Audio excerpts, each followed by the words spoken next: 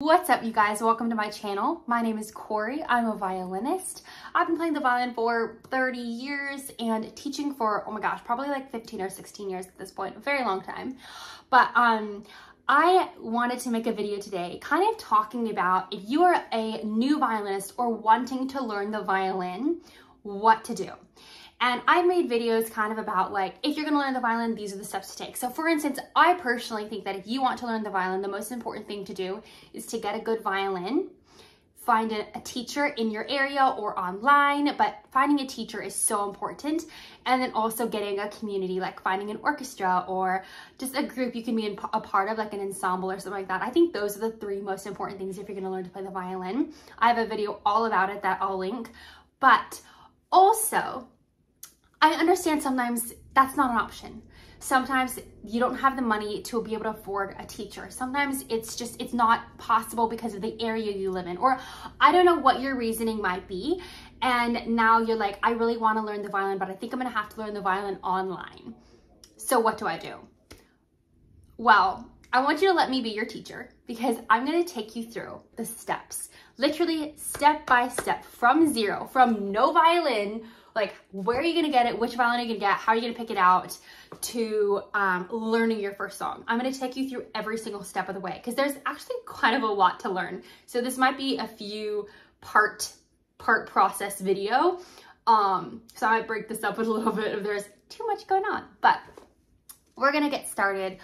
First of all, the very first thing you're gonna need to do is get a violin.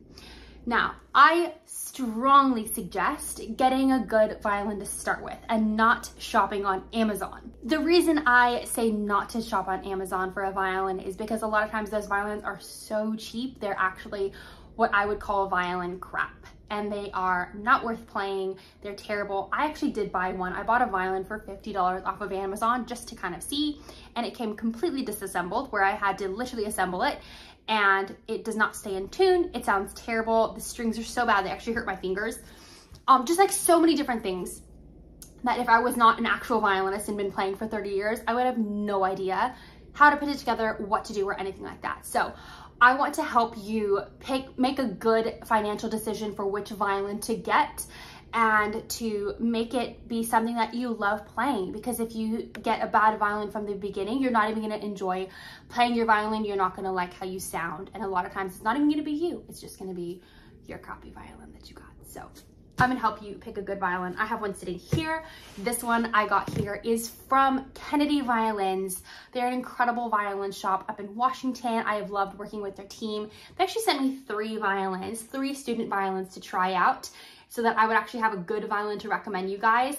And I'm gonna show you all three of those shortly so you can decide which one you wanna get. They're all at different price points, but they're all student violins. Okay, so this violin I have here is the Bunnell, B-U-N-N-E-L, pupil violin from Kennedy Violins. I know you can get this at a few other places as well. You can buy it from Amazon as well, believe it or not. The good thing about buying from a violin shop like Kennedy Violins is that they will pre-tune the violin for you. Not only that, they'll also pre-rosin the bow, which in case you didn't know, most bows do not come rosin, which means you're rosining your bow for like 5 minutes. So it's just very helpful to have them. Also, they're always on call. If you do get your violin and you need help tuning it or whatever is going on with it, they're more than happy to help you. They even have a rental program. I'm not saying you need to buy from Kennedy Violins specifically, but purchasing from a violin shop, I think is so superior to buying from Amazon. So yes, that's my spiel about violin shops. Another thing you can do is just find a local violin shop near you. Literally just Google violin shop near me, and I'm sure one of them will come up if you live in a major city. I know there's 3 or 4 where I live in San Diego. So just find something that works for you, whether it's an online violin shop or something near you actually. Hey, if you're just learning violin and you have not subscribed yet, you definitely should. I put out so many awesome videos for beginner to intermediate violinists every single week, sometimes twice a week. So the violin I'm gonna show you first is the Bunnell pupil violin. I'm gonna put the price and the link to this violin down below because I do not remember it off the top of my head. I'm so sorry. With their violins, you get a violin, a bow. It also comes with an accessories box. It comes with some rosin. And in their accessories box, it comes with a shoulder rest. They have a Portland shoulder rest in here, which I think is an incredible shoulder rest. I've actually been using it for a month or two now, and I love it. It comes with a cleaning cloth, an extra set of strings, a tuner, which we will talk about soon. This is going to come in very handy. A cute little luggage tag for your violin case. And this book called Intro to the Violin, which they kind of chat about some of the violin things you might need to know that we're going to kind of go over a little bit today. So this is the Bunnell pupil violin. I think this is a great violin. It's a great price point. It's a great first violin. Another violin I do want to mention that I personally am absolutely obsessed with is the Louis Carpini violin that they have, that they also sent me. It's another student violin. I believe it's double the price though of the Bunnell pupil violin, but again, you're going to get what you pay for with a violin. If you go for a cheaper violin, it's going to sound cheaper. It probably won't last you quite as long. As you get better, you're going to want a new violin much quicker. Whereas if you just get a nice beginner violin to begin with, it will last you so much longer. Another violin they sent me is the Antonio Gualini Primo violin. This one's kind of that middle price point. I like this violin, but I don't think it's that much nicer than the Bunnell that it's kind of worth the upgrade. Whereas if you're looking for a nicer violin and you can afford a little bit more, I would highly recommend just going all the way up to the Louis Carpini rather than getting this one. Even though this is a nice violin, it looks really pretty. It was not my favorite of the three. I will link the video where I did my first impressions so you can hear them all and see my first impressions videos and see what you think and which violin you would like to get. But my recommendation would be the Bunnell Pupil if you're looking for something a little bit more cost effective. But if you're able to, definitely the Louis Carpini. Just splurge on a nice violin because I 100% guarantee it will be worth it in the long run. So now we're gonna say you purchased a violin, maybe you have the Bunnell pupil violin, maybe you decided on the Louis Carpini. Either way, there's some accessories that you are going to need. The first thing you're going to need is a shoulder rest. Like I said, this is the Portland shoulder rest that comes with the Bunnell pupil violin. It does not come with the Louis Carpini violin, so if you are getting the Louis Carpini violin, you will also need to get a shoulder rest. If you don't want to get the Portland one, there's also Kun, K-U-N. They make an incredible shoulder rest. It's such high quality. It lasts for so long. I had a student recently purchase the Everest shoulder rest and she played on that one for 5 months and it broke. So I highly recommend getting a good shoulder rest. And so I'm gonna link again the Kun shoulder rest down below if that's something you're needing to get. The next thing you will need is some rosin. Now, like I said, the violins do come with this little rosin. It's this little light colored rosin. I am not a huge fan of light colored rosins. I think a dark rosin is definitely the way to go. I recently purchased the Kaplan rosin off of Amazon and I love it. I think it's so cute. The packaging is freaking adorable. Just press the sides here, it pops open. There's your rosin. It's a beautiful brick of dark rosin. It works so well. It's super sticky, which I love a sticky rosin personally. So I think this is a great rosin to get if you need one. The next thing you're going to need are some sticker frets. Now, these ones I also got from Amazon. If you want to instead just do some labels and make these yourself, you totally can, but trust me, it is so much easier just to buy one that is completely done for you. This goes all the way up to 3rd position, so it gives you a lot of longevity. Unfortunately, it's not something that where if you're like, oh, I'm pretty good with my first finger, I could take that one off. You can't do that. But I do think that this is an incredible way to start learning the violin so you know exactly where your fingers need to go. Don't guess it. If you're new, you need to get some sort of stickers where your fingers go. There's a few different ones out there. I will link this one down below because this one is my favorite personally, and I'm going to show you putting this one on today. Okay, oh my gosh, the last 2 things that you're going to need. I personally would recommend getting a new bow than the bows that come with these 2 violins. I don't love these bows. I don't think they're amazing. And the reason that I say to get a new one is because when you're learning to play the violin, sometimes the bow can be the trickiest thing to learn. And if the bow is heavy and the weight is not distributed very well, they can be tricky to learn on and just make things that much harder. Kind of the same reason that I say to get a nice violin is the same exact reason I say to get a nice bow, excuse me. I recently purchased the Violin bow from Amazon. I think not only is it so pretty and gorgeous, it actually plays very, very well. The weight of it is distributed incredibly well. It's nice to play on. It's also carbon fiber, which is my favorite. I love a carbon fiber bow, and there's wood bows that come with these two violins. So that's what I recommend doing, is just getting a Violin bow. I believe they're $56, so it's not too much of an investment, but it will make a huge difference in your playing. And the last thing is this little bow fish. Now, I love this because you put this on your bow and it shows your fingers exactly where to go on the bow. Like I said, the bow can be one of the trickiest things to learn, and especially the bow hold is just a whole new ball game. So if you get one of these in the beginning, it's kind of like it takes that, like, you don't have to worry about that part of your playing because your bow hold is set. This shows you exactly how to do it, and you don't have to think about it or worry about it or, you know, is my bow hold correct? Pop it on your bow. It's so much easier. And then you can concentrate on learning your left hand and then come back when you're finally ready to take these off to learning your right hand. So I highly recommend, especially if you're learning online by yourself and you don't have a teacher who's able to help you and correct you, I highly recommend just getting one of these and popping it on your bow, and it'll make your life so much easier. Okay, so we're gonna say that you've gotten all of your accessories that you need, and I'm gonna show you how to put them on, what to do with your violin, how to unpack it, what all the parts of the violin are, and everything like that, okay? So first thing that you're gonna do is when you get your violin, open it up, and we're going to take the Velcro piece off, obviously, and pull the violin out. Some important parts of the violin that you need to know. This right here is your chin rest. Your chin is gonna sit here on the chin rest. This is the tail piece. It holds your fine tuners, which are gonna help you tune your violin. You have 4 strings. Your little skinniest string, this one's E. Then the next one over is A, D, and G. When you're plucking your strings, always be plucking them in the black part because eventually we're gonna have rosin here, so we're not gonna wanna touch this. And then this right here is your bridge, this wood piece that is holding up your violin here.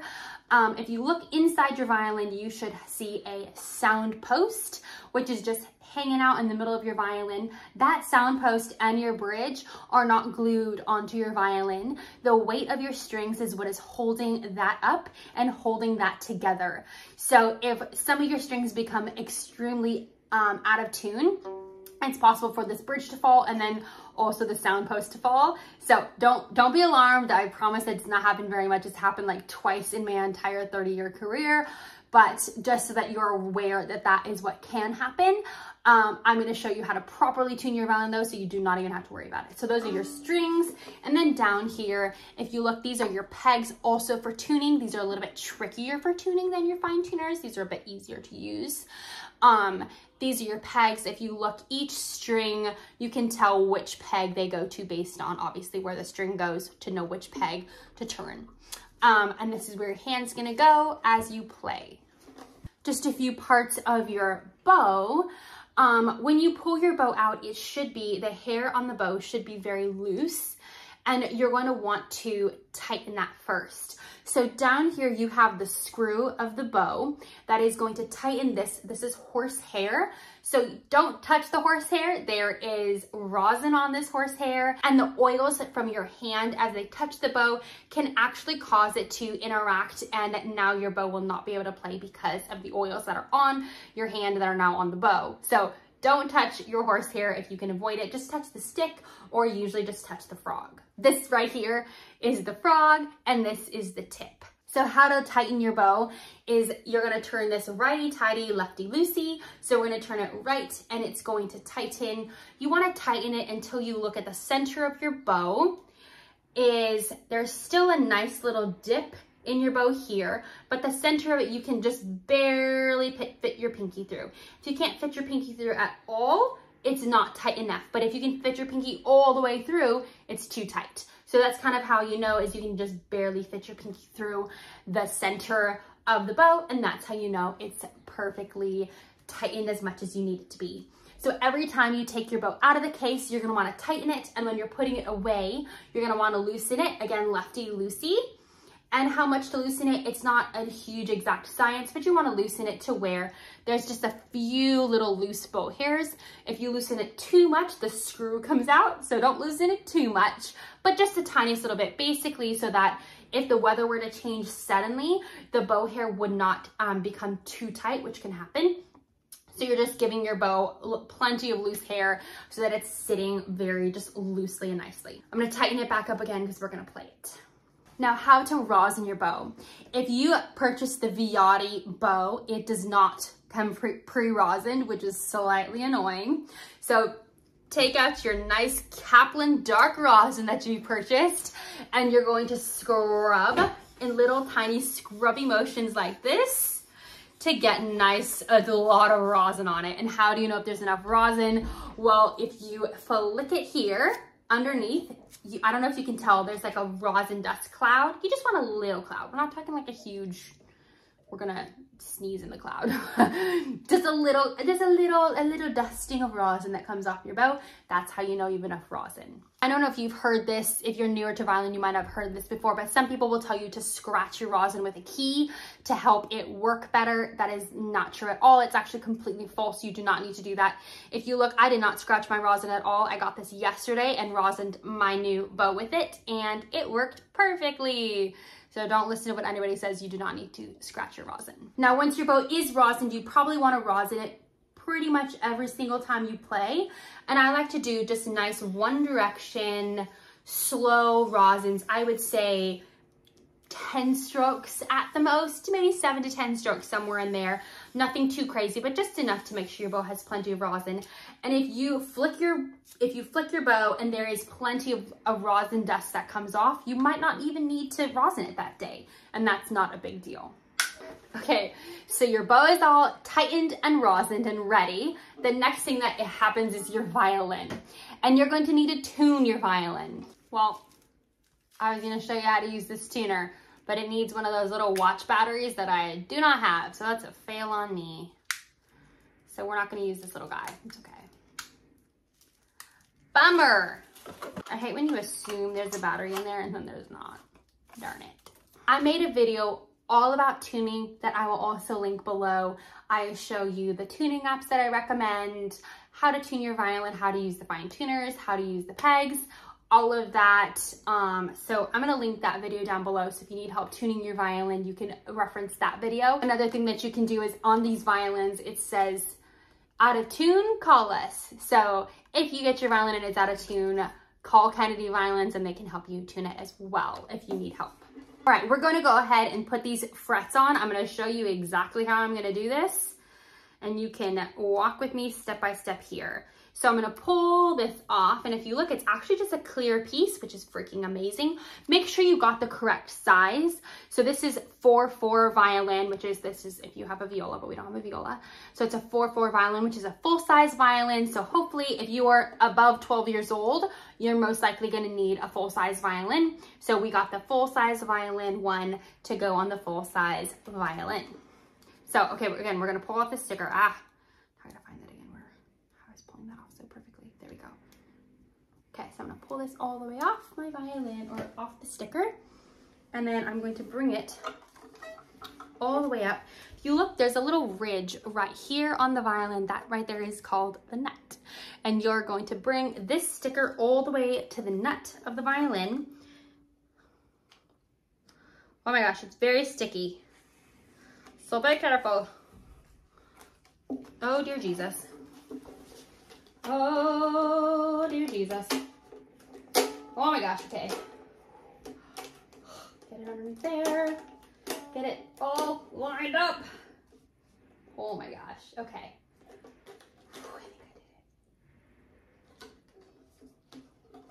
So I lined it up first at the nut here and made sure it was completely lined up there. Now if you look, there's little black pieces on the side.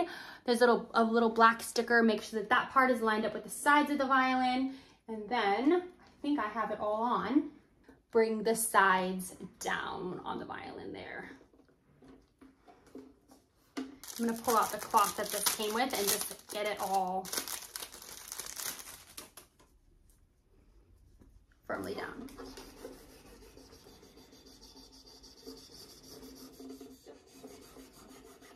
I have a little air bubble there. Oh, darn. That's all right. And now you have your finger tapes. So you know where your fingers go. I'm gonna show you how to put our little bowfish on your bow. So we are gonna have to take our bow apart, so be ready for this. So what you're gonna do is you're gonna unscrew this righty-tighty, lefty-loosey. You're gonna unscrew your screw completely till it literally comes off. Be careful, hold your frog onto your bow as you do this. And then let this release the frog and it's gonna come off, and all the hair is gonna come off the bow. It stays attached at the top, but that's all gonna come off, okay? And I'm gonna try and hold it in the same direction. Now I'm gonna grab this little part of the fish, and you want his head to be facing the tip of your bow. So I'm gonna put him on here like this. Oh gosh. Oh my gosh, what the?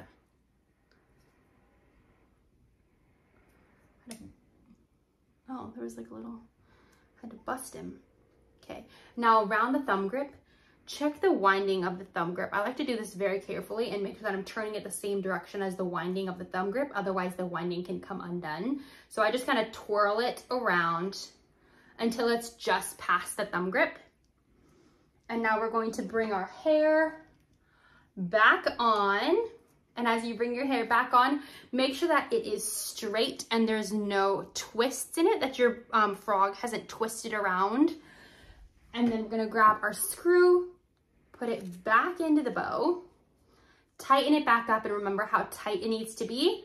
That's where you're gonna bring it to, just to where your pinky can fit in the middle there, like that. Okay, so that piece is on. The next thing we're gonna do is we're gonna put this the little fishy end onto the bow.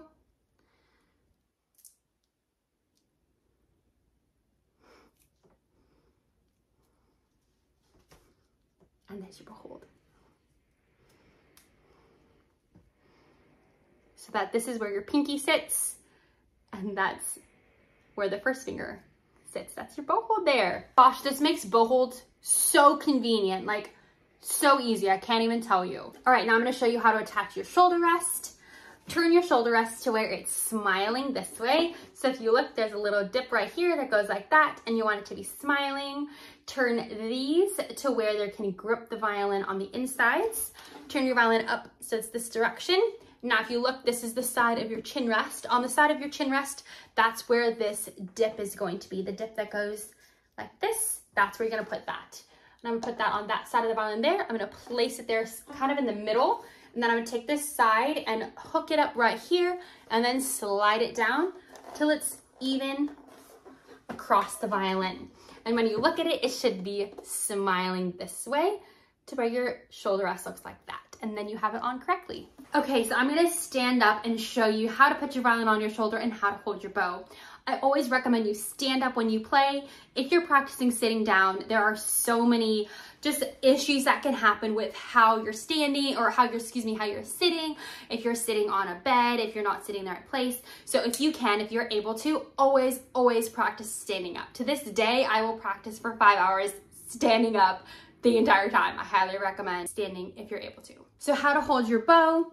You're gonna put your pinky into this little part of the bow right here. Your first finger is gonna go on this side. He's gonna sit here between these two knuckles on your grip right there. So your pinky's in there, your first finger's there. These two fingers are literally just gonna like hang out over the edge. That's it. And your thumb is gonna go in this little compartment, in this little dip. And your thumb is gonna go in this little dip right here and be touching this thumb grip right there. And you want your thumb to where if you were doing it this way, you could actually see your nail. So that's how it's gonna be. First finger here, these two fingers are over, the pinky is sitting there, and that's your bow hold. This bowfish, this thing, makes it so freaking easy to do your bow hold. You can adjust this if your hands are a little bit bigger. You can move this out or you can move this in depending on how big your hands are. You don't want your fingers to be super duper spread apart. You want them to be kind of close, very even. As you're playing the violin, make sure that your wrist here to your arm is very flat. If you're going like this, it's incorrect. Make sure your wrist is flat. You also want to see here that there's a little, it makes a C. So there's a little space here so that your fingers are all nicely round. Your pinky is sitting up on his little tippy toe right there, and you see every single knuckle. That's how to hold your bow. Now let's talk about how to hold your violin. The first thing I'm going to show you is rest position. And rest position is when you put your violin here against your body like this. Usually your shoulder rest is out on the side there so you can't see it, or you can even sit with the divots here on your side. I usually do this one where it's sitting here on my side, but either one is totally fine. So this is rest position. Your arm goes over the violin. It's not touching the fine tuners. It's not touching the bridge. It's touching the back of the violin there like that. And then when you do this, you have your two free hands and your violin sitting here just very nice and casually, which is awesome. So now from here, when you go to put your violin on your shoulder, what I want you to do is wave your left hand, which you have here, grab your violin on this part right here, and bring it out across your body. I know, we're just gonna go super wacko, okay? Bring it all the way out across your body, flip it up, and I want you to bring it around and touch your head. Do you see how my violin is parallel to the ground? That's how you want it to be. It's parallel to the ground. Now you're gonna bring it down and you're gonna touch your chin. It's still parallel to the ground.